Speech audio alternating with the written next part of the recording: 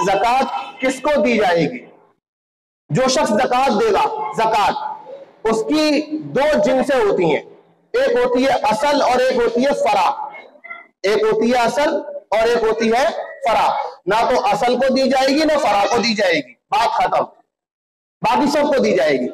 अभी समझ में नहीं आई बात? अब इसको मिसाल से समझ लो। मैं हूं, मुझे ज़कात देनी है, मेरे ऊपर ज़कात फर्ज है, मैं किसको दूंगा? मेरी असल वो है जिनसे मैं पैदा हुआ हूं। मेरी असल वो है जिनसे मैं पैदा हुआ हूं। कौन कौन? मेरे अम्मा और मेरे अब्बा, इन दोनों से पैदा हुआ हूं। अब्बा की तरफ से मेरे दादा दादी, परदादा परदादी, सकलदादा सकलदादी, ऊपर तक चले जाओ अगर जिंदा है तो। अम्मा की तरफ से नाना नानी, परनाना परनानी, सकल नाना सकल नानी, ऊपर तक चले जाओ अगर जिंदा है तो। ये मेरी क्या है? असल है। कौन है मेरी? ये असल, जिनसे मैं पैदा हुआ हूं।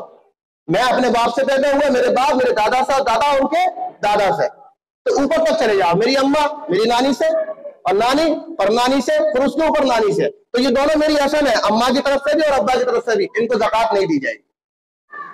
क्या समझ में आ गई? ये असल है, इनको ज़कात नहीं दी जाएगी।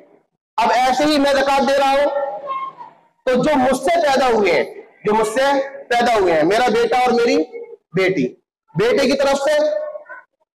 तरफ से जो औलाद चलती है उसे क्या कहते हैं?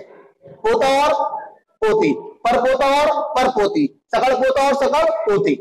ऐसी बेटी की शादी हुई, बेटी से जो औलाद चलेगी उसे क्या कहते हैं? नाती और नवासी, पर नाती और पर नवासी, ऊपर तक चले जाओ। इनको भी ज़कात नहीं दी जाएगी। बात समझ में आ गई? यानी ना मैं अपने असल को ज़कात दूंगा, यानी जो जिनसे मैं पैदा हुआ हूं, और ना ही जो मुझसे पैदा हुए हैं उनको ज़कात दूंगा।